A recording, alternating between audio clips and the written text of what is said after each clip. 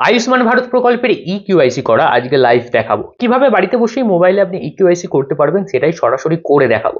খুবই easy process, ভিডিওটা সম্পূর্ণ স্কিপ না করে দেখলেই সবটা বুঝতে পারবেন।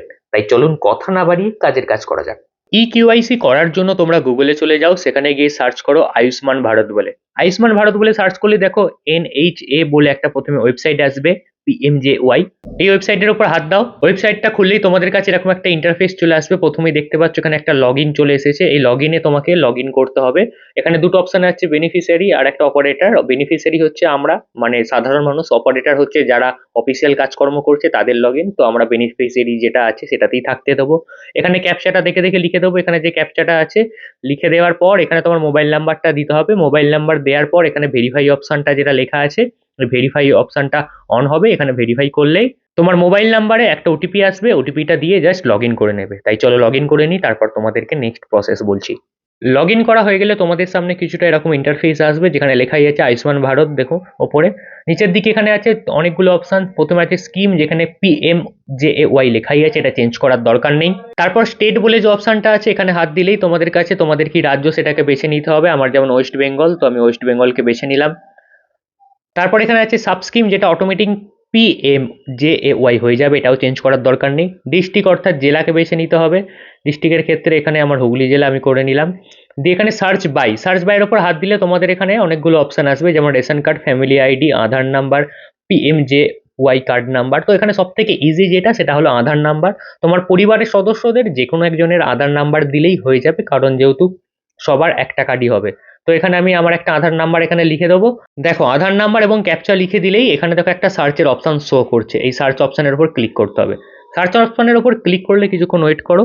ওয়েট করার পর এই যে নিচের দিকে কিন্তু দেখো সমস্ত অপশন চলে এসেছে। এই যে আমার ফ্যামিলি মেম্বার প্রত্যেকজনের নাম, প্রত্যেকজনের কার্ডের ধরন, তাদের কার্ডে বাবা বা স্বামী হিসাবে কার নাম দেওয়া আছে সেইটা, ফ্যামিলি অফ দ্য হেডের সাথে প্রত্যেকজনের সম্পর্ক, প্রত্যেকজনের মোবাইল নাম্বার। দেখো ইকিউআইসি স্ট্যাটাস, যেটা সব থেকে বেশি গুরুত্বপূর্ণ, এখানে দেখাচ্ছে আইডেন্টিফাইড। যাদের আইডেন্টিফাইড এরকম লেখা দেখাবে তাদের এখনো কেওয়াইসি করা হয়নি, অর্থাৎ তাদেরকে কেওয়াইসি করতে হবে।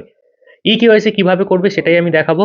অনেক মানুষের দেখায় আনআইডেন্টিফাইড, তাদেরকে কি করতে হবে অবশ্যই কমেন্ট করে জানাও। তাদের জন্য আমি পরের একটা স্পেসিফিক ভিডিওতে সমস্তটা বলে দেবো এবং বুঝিয়ে দেবো। এবার এই প্রত্যেকটা মেম্বারের মধ্যে যার তুমি কেওয়াইসি করতে চাও তার পাশে দেখো প্রত্যেকজনের এরকম কার্ডের মতো করে একটা অপশন দেওয়া আছে।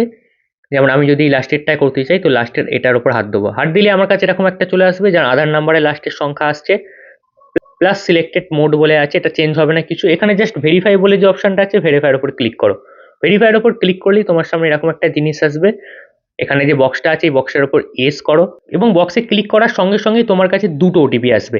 একটা আসবে তোমার আধার ওটিপি বলে, এবং আরও একটা আসবে মোবাইল ওটিপি বলে। এই দুটো ওটিপিকে তোমাকে এখানে বসাতে হবে। ওটিপি দিয়ে দেওয়ার পরে এখানে গ্রিন টিক হয়ে গেল। দেন অথেন্টিকেট অপশনটা অন হয়ে যাবে। অথেন্টিকেট অপশনের উপর ক্লিক করো। অথেন্টিকেট অপশনের উপর ক্লিক করলে এরকম ইন্টারফেস আসবে, যেখানে ইকিউআইসিটাকে সিলেক্ট করে নিতে হবে।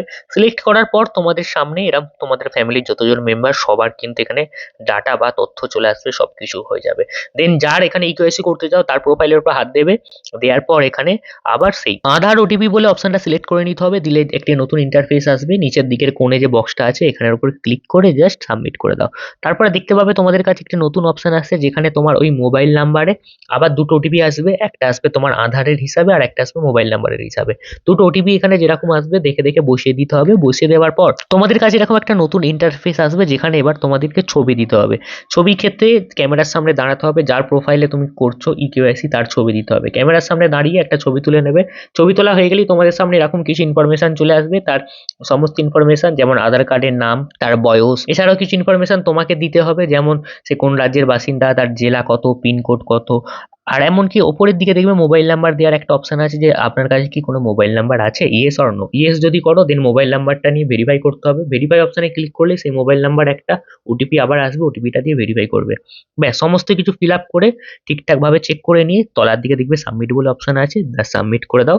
তোমার এখানে ইকিউআইসি তোমার কাজ কমপ্লিট।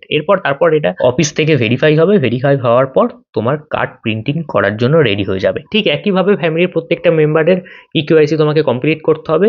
ব্যাস, তোমার কাজ এখানেই শেষ। তারপরে অটোমেটিক কার্ড প্রিন্ট হয়ে গেলে তুমি এখান থেকে গিয়ে ডাউনলোড করে নিতে পারবে। সেটা যখন কার্ড ডাউনলোডের অপশন চালু হবে, এখন অবধি চালু হয়নি, তখন আমি আমার প্রোফাইলের মাধ্যমে এবং আমার চ্যানেলের মাধ্যমেই দেখিয়ে দেবো কিভাবে কার্ড ডাউনলোড করতে হয়। তার জন্য এখনই চ্যানেলটা সাবস্ক্রাইব এবং ফলো করে রাখো। এছাড়াও যদি কোনো প্রশ্ন থাকে অবশ্যই কমেন্ট করে জানাতে পারো।